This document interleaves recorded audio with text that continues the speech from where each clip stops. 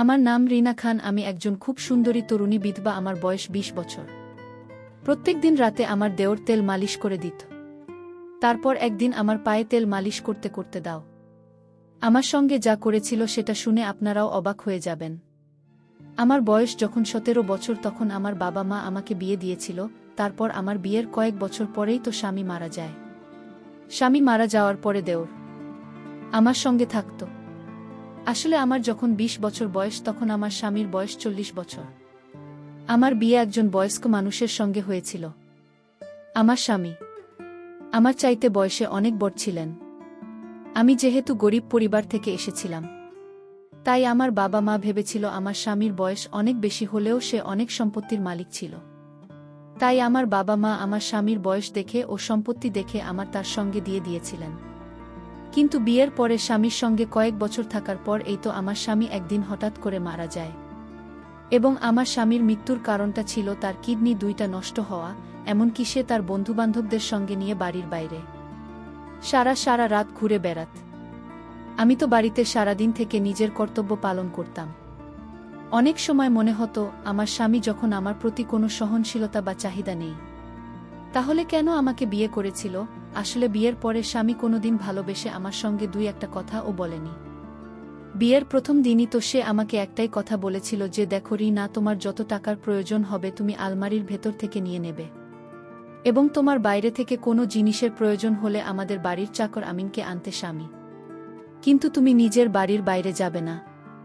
আর একটা কথা মনে রাখবে, আমার কাজে কিন্তু কোনোদিনও বাধা দিতে আসবে না, যে আমি কখনো বাড়ির বাইরে যাচ্ছি এবং আমি কখন বাড়িতে ফিরে আসছি এটা সম্পূর্ণ আমার ব্যক্তিগত ব্যাপার। ওই সময় আমার বয়স যেহেতু কম ছিল, তাই আমি স্বামীর কথার মানে কতটা বুঝতে পারিনি যে সে তো শুধুমাত্র আমার সঙ্গে বিয়ে করে একটা দায়িত্ব পালন করেছিল, কিন্তু আমার স্বামীর তো সংসারের প্রতি কোনো মনোযোগ ছিল না। এমন নয় যে স্বামী আমার সঙ্গে কথা স্বামীকে না, সে আমার সঙ্গে তার প্রয়োজনমাফিক কথা স্বামী, কিন্তু আমি তার অর্ধাঙ্গিনী হয়ে তার কাছ থেকে ভালোবাসা পাওয়ার আশা করেছিলাম।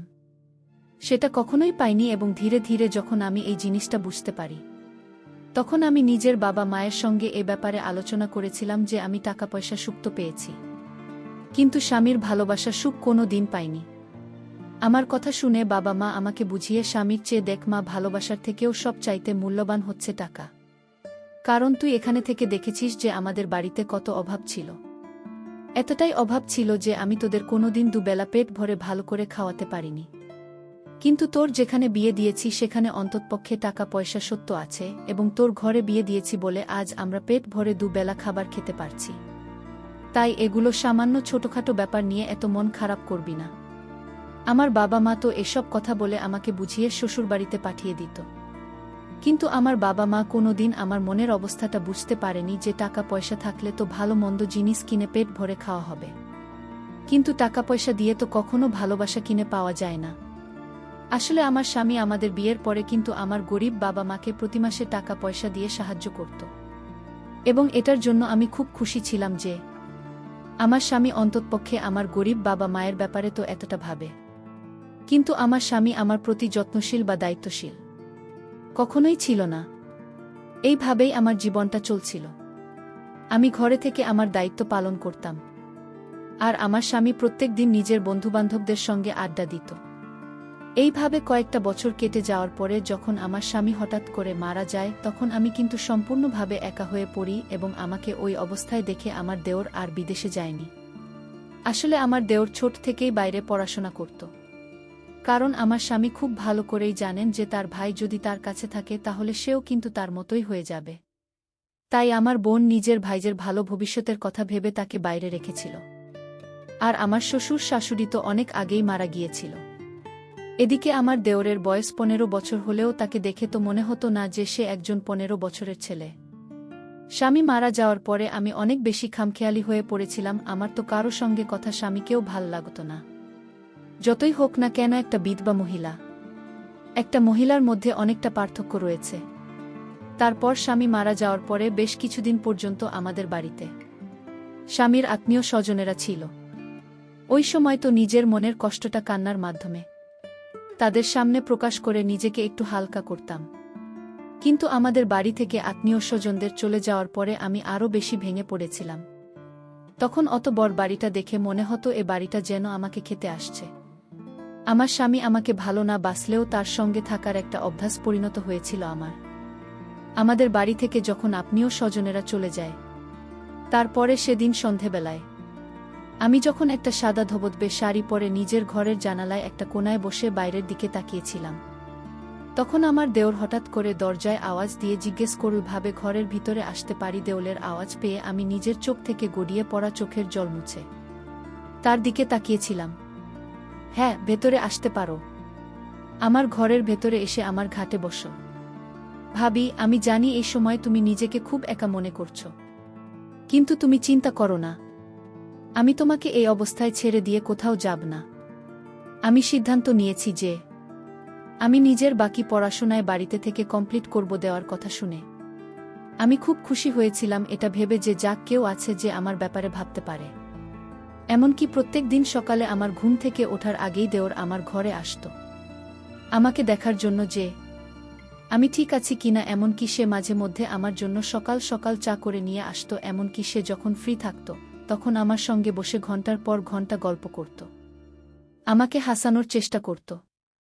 শুধু তাই নয়, যখন আমি অনেক বেশি চিন্তা করতাম তখন আমার মাথায় ব্যথা হলে সে আমার মাথাও মালিশ করে দিত। এমন নয় যে আমি তাকে বাধা দিতাম না, আমি তাকে বাধা দিতাম। তখন সে আমাকে বলতো, ভাবি, তোমার উপরে আমার কোনো অধিকার নেই, আমি কি তোমার একটুখানি সেবা যত্ন করতে পারি না? তখন তার মায়া ভরা কথাগুলো শুনে আমি আর তাকে বাধা দিতে পারতাম না। এভাবে ধীরে ধীরে আমার সময় কাটতে থাকে এবং আমার 15 বছরের দেওর আমার খুব কাছে আসতে থাকে। একটা পর্যায়ে এসে আমি যখন খুব ভালোভাবে বুঝতে পারি যে আমার দেওর তো আমার প্রতি খুবই যত্নশীল, তখন কিন্তু আমার ভেতর থেকে ভীষণ ভালো লাগত। কারণ আমি তো এক সময় ভালোবাসাগুলি স্বামীর কাছে পাওয়ার আশা করেছিলাম। এইভাবে ধীরে ধীরে দেওরের সঙ্গে যত দিন কাটছিল ততই আমি তাকে মনে মনে পছন্দ করতে শুরু করেছিলাম এবং একটা পর্যায়ে আমার মনটা যে এভাবে ভেঙে যাবে সেটা আমি কিন্তু কল্পনাও করতে পারিনি। আসলে দোষটা তো আমারই ছিল। আমি একটিবারও এটা ভেবে দেখিনি যে ওর তো আমার চাইতে বয়সে ছোট ছিল, কিন্তু আমি তো তার থেকে বড় ছিলাম। তাহলে আমি কি করে এত ভুল কাজ করতে পেরেছিলাম?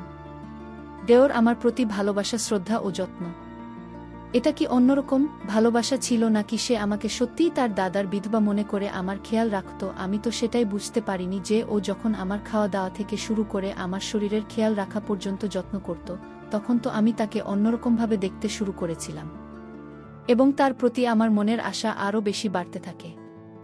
স্বামী মারা যাওয়ার পরে দুশ্চিন্তার কারণে আমাকে প্রত্যেক দিন ওষুধ খেতে হতো এবং সে ওষুধটাও আমার দেওর আমাকে হাতে ধরে খাইয়ে দিত। আর প্রতিটা মুহূর্তে আমাকে, স্বামী, ভাবি, তুমি নিজের শরীরের খেয়াল রাখো, তুমি যদি ঠিকঠাকভাবে খাওয়া দাওয়া না করবে তাহলে তোমার শরীরটা আরও বেশি ভেঙে পড়বে। এবং দাদাকে তো আমি হারিয়ে ফেলেছি, তাই আমি তোমাকে কোনোমতে হারাতে চাই না। দেওয়ালের মুখ থেকে এত ভালো ভালো কথা শুনে আমি তো তাকে অন্য কিছুই ভাবতে শুরু করেছিলাম এবং ধীরে ধীরে ওকে দেখে আমার মনের মধ্যে যে অনুভূতিটা হতো সেটা তো ভালোবাসার দিকে গড়িয়ে যাচ্ছিল। ধীরে ধীরে আমি তাকে ভালোবাসতে শুরু করেছিলাম। এমনকি এইভাবে প্রায় 3-4 মাস কেটে যাওয়ার পরে আমি নিজেকে আমার 15 বছরের জন্য আবার নতুন করে সাজাতে শুরু করেছিলাম।